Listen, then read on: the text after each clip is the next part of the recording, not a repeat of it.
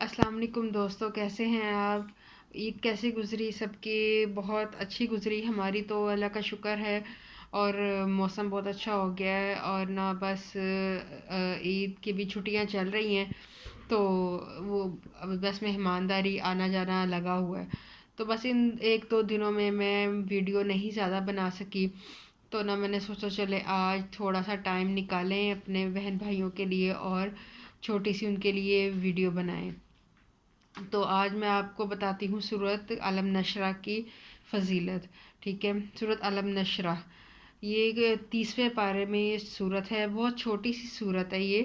ٹھیک ہے، اس کے بارے میں بتاتے ہیں۔ حضرت ابی بن کعب رضی اللہ تعالی عنہ سے روایت ہے کہ حضور صلی اللہ علیہ وآلہ وسلم نے فرمایا کہ جو شخص سورۃ علم نشرہ پڑھے گا، گویا وہ میرے پاس اس حالت میں آیا جب کہ وہ غمگین تھا تو اس کا سارا غم دور ہو گیا۔ ٹھیک ہے، کہ یہ اگر کوئی بندہ غم زدہ ہے، کوئی مایوسی میں ہے، کوئی ڈھلا ہوا ہے، پریشانی میں ہے، ٹوٹ چکا ہے بالکل، کہ ہمارے مسئلے نہیں حل ہو رہے، ہماری پریشانیاں ختم نہیں ہو رہی، تو وہ اس صورت کو پڑھے، صبح شام پڑھے، جتنی بار پڑھے اس کے لیے اچھا ہے، اس کے دل کو سکون ملے گا۔ اس مبارک صورت کو روزانہ 21 مرتبہ پڑھنا دین و دنیا کے لیے بہت مفید ہے۔ مطلب ہمیں دین میں ہمارا جو دین ہے وہ ہمارا کامل ہوگا، ہمیں آخرت میں بھی اس کا اجر ملے گا، دنیا میں بھی ہمیں اس کا اجر ملے گا، دنیا میں بھی ہمارے لیے فائدہ ہے۔ مال و دولت میں اضافہ ہوتا ہے، عزت میں اضافہ ہوتا ہے، خاندان ہر طرح کی بیماریوں سے محفوظ رہے گا۔ آپ کے بچے، بہن، بھائی، جو گھر کا بڑا اس صورت کو پڑھ رہا ہے تو وہ پڑھے گا، تو اس سے آپ کا جو خاندان ہے، آپ کے جو رشتہ دار ہیں، آپ کے فیملی ممبر ہیں، وہ اس تکلیفوں سے وہ دور رہیں گے۔ تو القصہ یہ صورت اسرار الہی کا بھی خزانہ ہے، اسی لیے جو شخص کثرت سے پڑھتا رہے گا اللہ اسے باطنی علم سے مالا مال کر دے گا۔ سبحان اللہ! دیکھیں کہ اللہ پاک کے ہر کلام میں، ہر لفظ میں، قرآن پاک کے ہر عبارت میں کتنا اللہ نے ہمارے لیے اجر و ثواب لکھ دیا ہے، اور ایک ایک لفظ کی کتنی فضیلت لکھ دی ہے، کہ صورت یہ چھوٹی سی ہے، ہم تسبیح میں بھی پڑھ سکتے ہیں، ہم ہر نماز کے بعد بھی پڑھ سکتے ہیں، ہم صبح شام بھی پڑھ سکتے ہیں، اور اگر ہم اس کا ورد کرنا چاہے، وظیفے کے طور پہ چاہے، تو ہم روزانہ 21 مرتبہ بھی پڑھ سکتے ہیں۔ ٹھیک ہے، اس سے ہمارے اس میں دین میں اضافہ ہوگا، ہمارا دین پاک ہوگا، مطلب شیطانی وسوسوں سے ہمارا ذہن پاک رہے گا، اور ہمارا رزق وسیع ہوگا، ہمارا رزق کشادہ ہوگا، رزق میں کوئی تنگی چل رہی ہے تو وہ رزق کی تنگی دور ہوگی، بیماریوں سے ہم محفوظ رہیں گے۔ اس صورت کو روزانہ 41 مرتبہ پڑھنا، عشاء کے نماز عشاء 40 روز تک پڑھنے سے مشکل ترین کام آسان ہو جاتا ہے۔ ٹھیک ہے، جو شخص رات کو سوتے اس صورت کو روزانہ 11 مرتبہ پڑھنے کا معمول بنا لے تو اللہ اسے ہمیشہ بے غم کر دے گا، اور اس کے شب و روز بڑے سکون سے گزریں گے، مطلب دن رات اس کا جو ہے وہ اچھا ہوگا، غمگین نہیں رہے گا۔ کتنی بار؟ 41 مرتبہ عشاء کی نماز کے بعد 40 روز اگر یہ پڑھے تو اس کا ہر کام آسان ہو جائے گا۔ اگر کسی کام میں رکاوٹ ہے، کوئی کام نہیں ہو رہا، کافی عرصے سے آپ کوشش کر رہے ہیں، وہ نہیں ہو رہا، تو آپ اسے 41 مرتبہ پڑھیں، 40 روز۔ ٹھیک ہے، تو انشاءاللہ آپ کا کام حل ہو جائے گا، مسئلہ جو ہے آپ کا وہ حل ہو جائے گا۔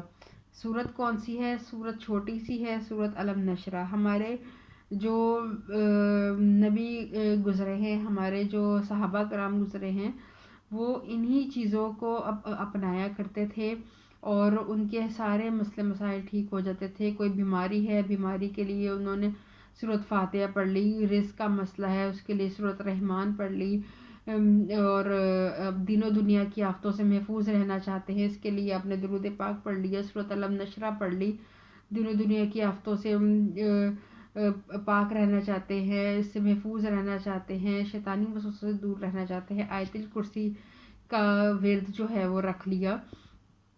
تو ایسے کر کے نا وہ انہی چیزوں کو ہی اپنی زندگی کا معمول بنایا کرتے تھے.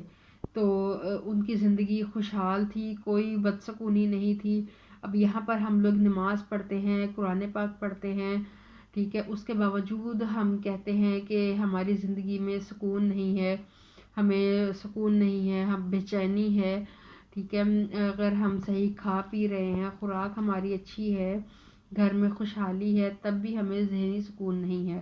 ہمارا دل جب تک صاف نہیں ہوگا، ہمارا دل پاک نہیں ہوگا، اور وہ پاک ایسے ہی ہوگا کہ ہم 5 وقت نماز پڑھیں، اللہ سے گر گڑا کر ہم دعا کریں، استغفر اللہ جتنا ہو سکتا ہے ہم کریں، اور اپنی جو اللہ نے ہم پر کتاب ہمارے لیے نازل کی ہے، ہمارے لیے بھیجی ہے، تو اس کتاب کو ہم کھولیں، قرآن پاک کو کھولیں، تلاوت کریں، اور اس میں جو اس کی تفسیر پڑھنے کی کوشش کریں، اور جس